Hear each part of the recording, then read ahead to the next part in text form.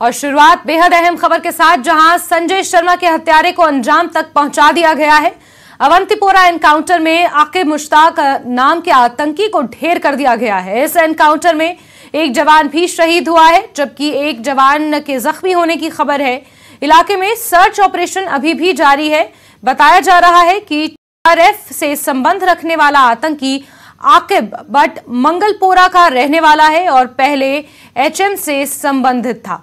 अब ये टीआरएफ में शामिल हुआ था। पुलिस का ये कहना है कि आकिब संजय शर्मा के कत्ल में शामिल था।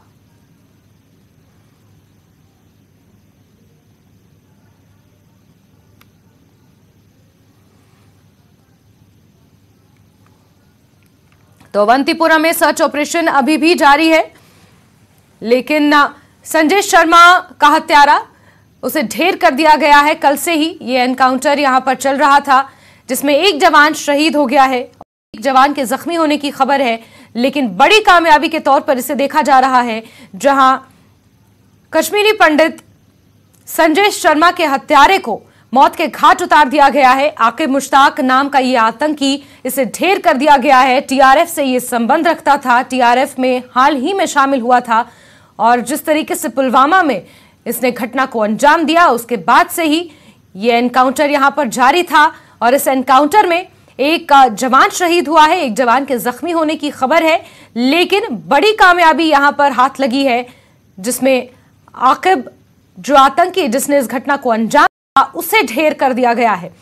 आपको ताजा अपडेट दे दें, पूरे इलाके में अभी चलाया जा रहा है। एनकाउंटर हुआ कहीं और, इसमें मैं क्या कर सकता हूँ?